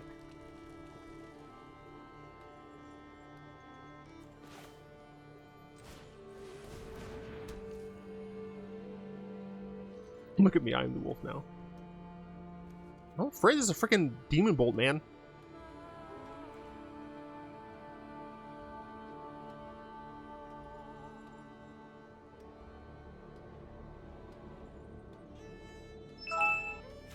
Plain dog.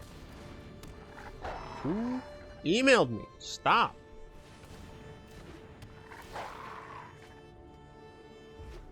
There you go, Query. Oh, it was just this. That's awkward. Taking 2 damage. Pain. Without love, pain. I can't get enough pain. I like it rough, but I'd rather feel pain than nothing at all. You're sick of feeling hurt when happiness doesn't work. That's rude. Trust me, you'll understand. Wait, no. Trust me, just take my hand. I'll show you the world and you'll understand. Pain without love. I can't get enough pain. I like it rough.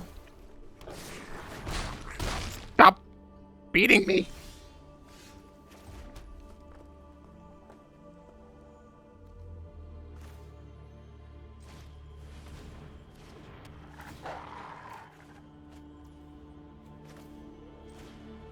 Get a gold fashion 2-5.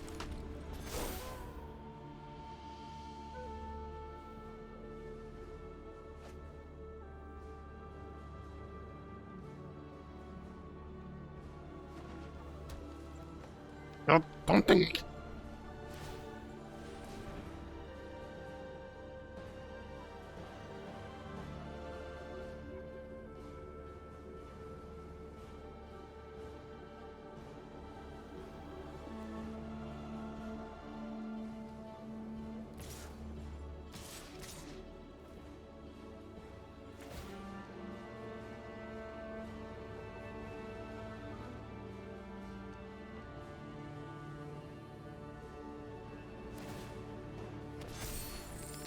Fudge.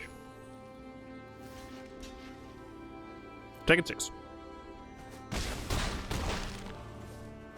Don't kill my child of the pack, please.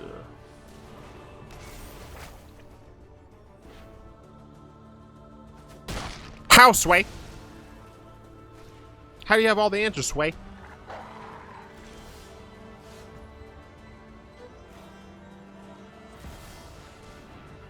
This is Untitled Worship.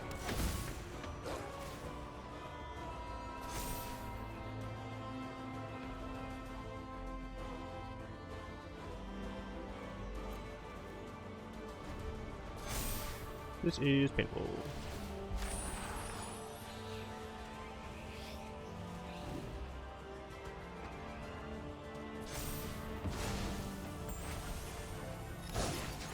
I don't need this. Did you stop?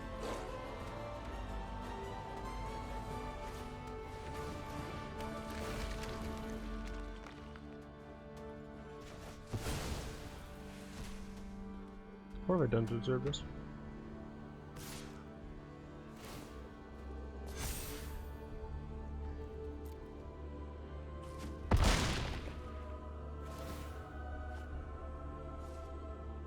This Demon Bolt, honestly, is the fact that I was worried about Demon Bolt again.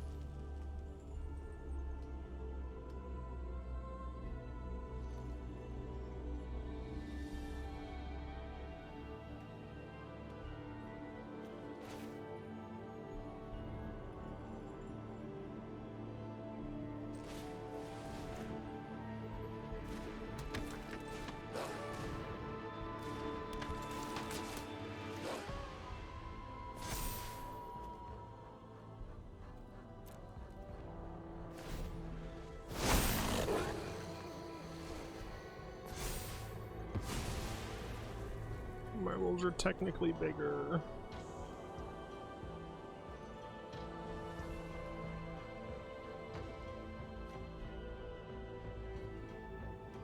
All I need to do is survive, which I'm fairly certain I can.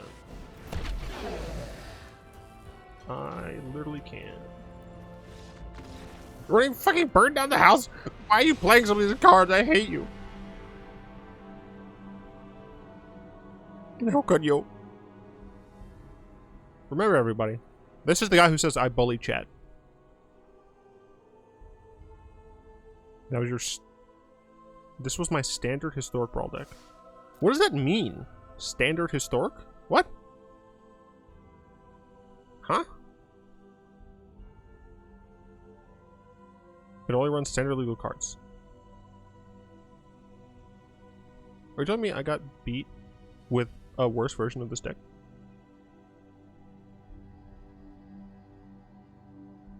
Oh, I gotta take my frustration out on the people. By playing Sharon. You also miss a lot of land drops. You missed them first!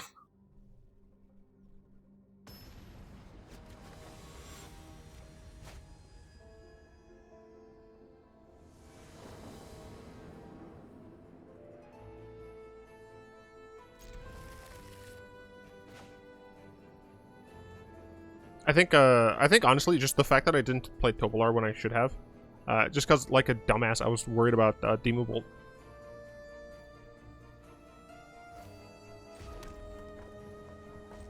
So then we play the Garden Idol, hope that we get another land, and then we play Sharon, and then we play Young Pyromancer. That's not another land, but it is a Bolt, so I can play Young Pyromancer into Bolt if I have to. Never mind, I actually can't. I only have one red source.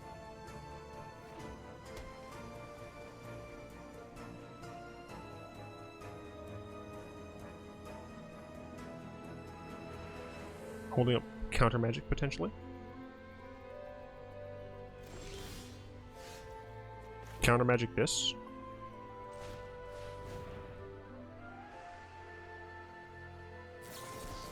Wow.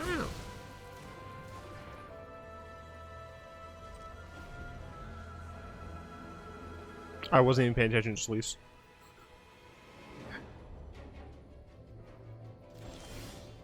You should not have missed a land drop. Does Sharon get countered? She sure kinda does.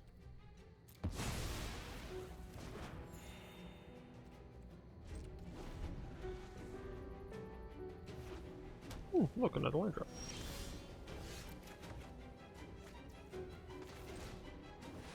So she get countered again.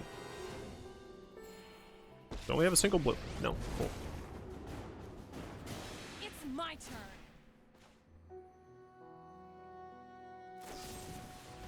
Sure. It's over when I say it's over. I'm glad that I was about to cast that first, dude. Did you notice I was about to cast this first? No, I can't freaking hold up my fucking lightning bolt now. I like Chandra Touch of Defiance. I assume you know that it's Torch, right?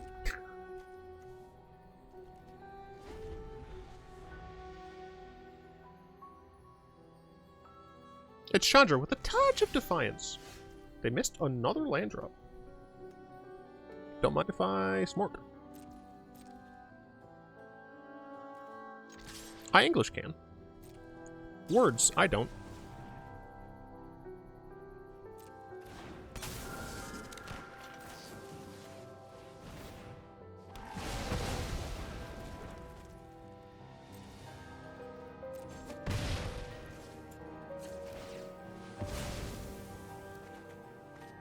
No!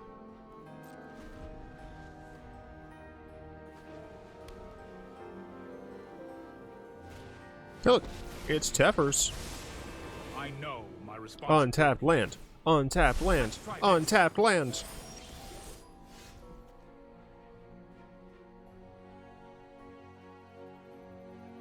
Also works. Also works.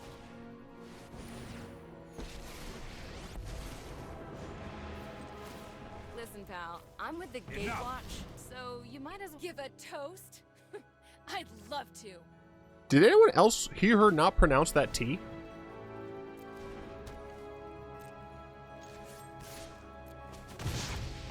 This is hardly my worst defeat.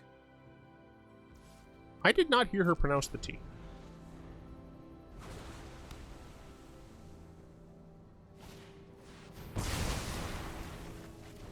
Well, that's fucking rude.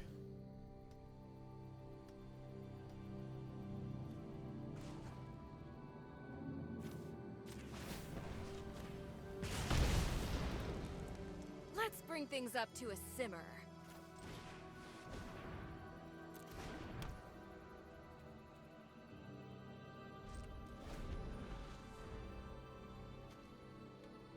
Glorybringer next turn.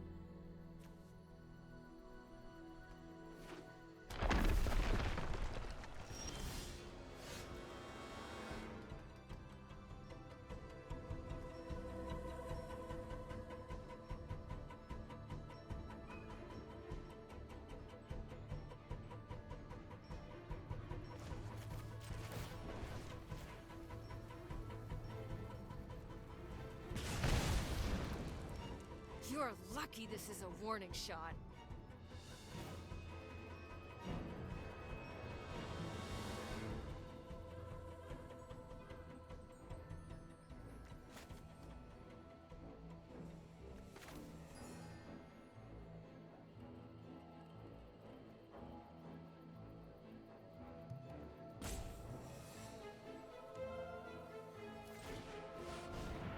Probably gets countered. Nope. I assume that they just play Teffers and bounce one of my things, which would be annoying.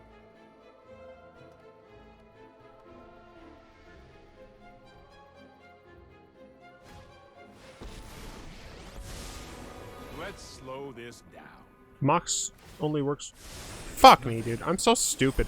It's because I'm dumb, dude. It's literally just because I'm dumb. I freaking Oh, good. Oh, good. I hate my life so much. Well, my shit comes in tap now.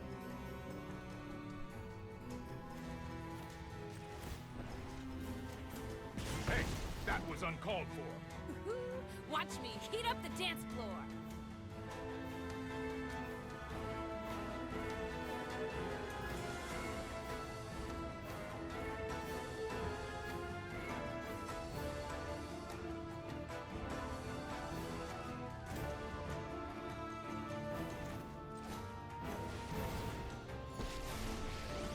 One, two, three, Stay 4, back. 5, I'm an 6. explosively good pyromancer.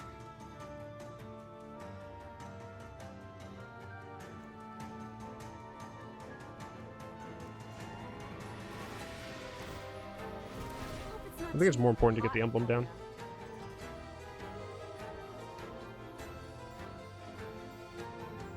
Yeah, man, if I had Steamkin, oh, I'm so stupid. Yeah, I'm just gonna kill one of my Chandras. I assume the one that can ultimate. We're reading the ultimate right now. Yes, mass manipulation spam. Oh, why?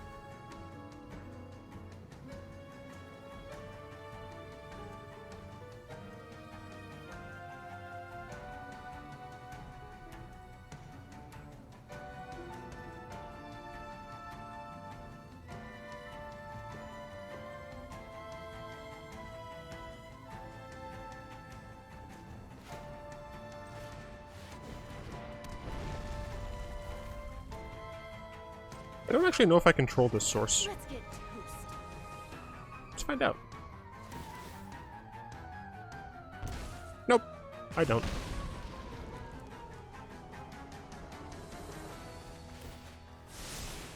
That's more like it.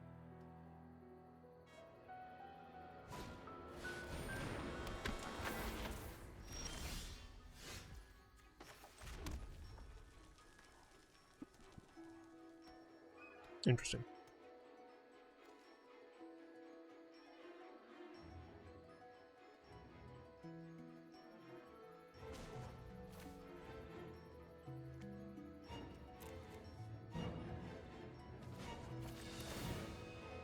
-1. You just let me Got know if a you're up for burning round 2. desire to finish you.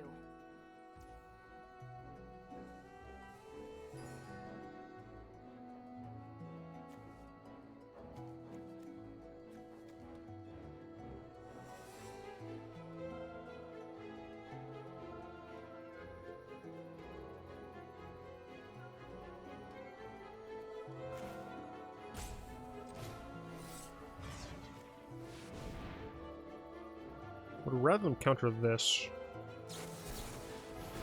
it's fine.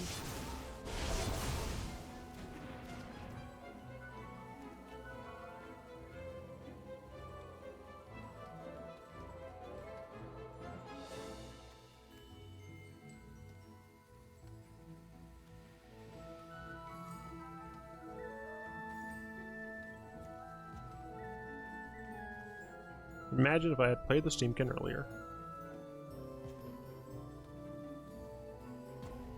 I want to kill this Chandra, and I have to activate that instead of playing their guy. I think we're just going to Steamkin into Pyro.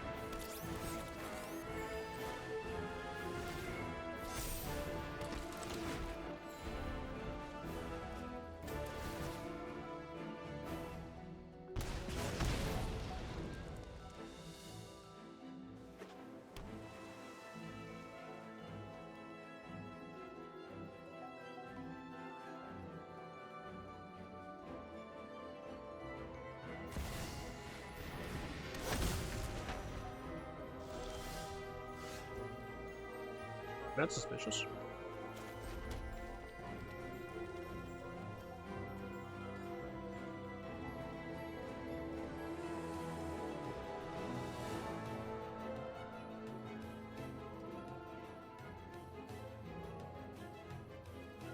Well, I should care if Pyromancer dies. You're an elemental, so you don't get hit.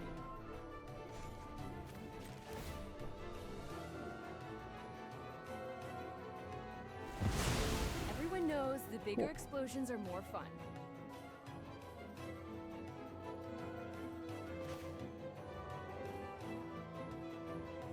Cast this because I can cast it next turn if it gets countered. Yep.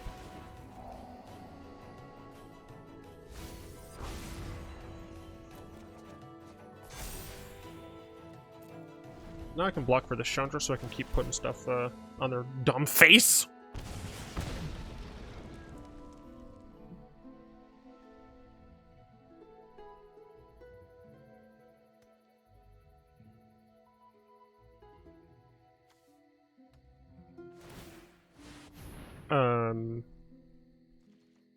I don't know if you want to do that. The shit trades, dude. Does 9 damage.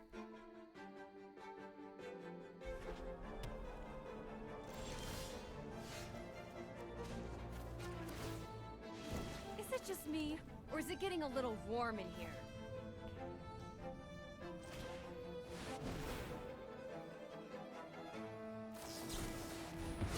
Dude, this deck is like nothing but counter magic. It's just like instant speed counter magic shit. And it's gonna die to 3 Chandra emblems, as it should. Just like heavy counter spells and emblems do good versus counter control. True, very true. My opponent is just gonna fucking die. And there's nothing you can do about it now. 1, 2, 3, 4, 9. I could play Chandra if I draw land.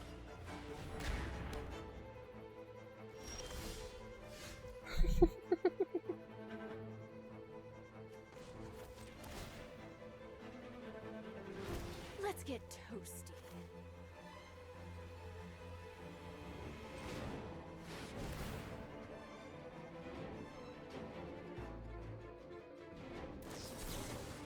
Damn, another counterspell. Wow. I'm gonna blow that up because I can.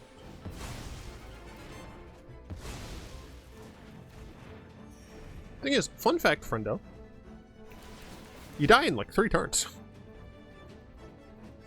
You have not only do you have to find a way to survive, you have to kill me. Also, why I hate 6-mana Chandra. We need more camping counter removal and less camping counter threats. By less, I mean literally none. Show remorse. I'll show respect. I don't know, I'll man. protect you. Did you think that's going to help you?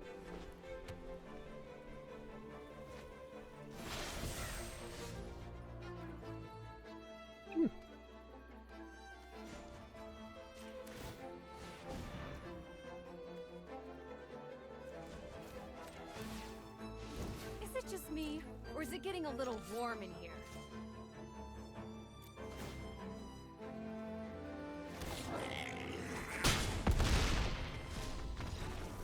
Oh, right, I forgot this deals triple.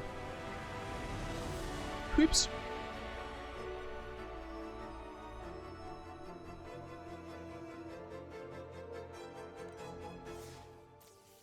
I actually think 6-mana Chandra is important for the game, precisely for the deck that I just played.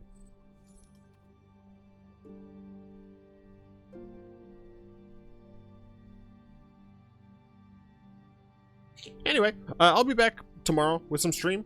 This was just for my preview card, essentially. So I will see all of you tomorrow, which is Wednesday. Let me double check that because I have no sense of time. Tomorrow is Wednesday. I will see all of you on Wednesday. Maybe early. Maybe. I'm not sure. I gotta figure out when I'm going to sleep tonight. Last night I went to sleep at like 4. No, wait, no. No, I went to sleep at a more normal time. Yeah. Anyway, bye everybody. Hope you enjoyed my preview card.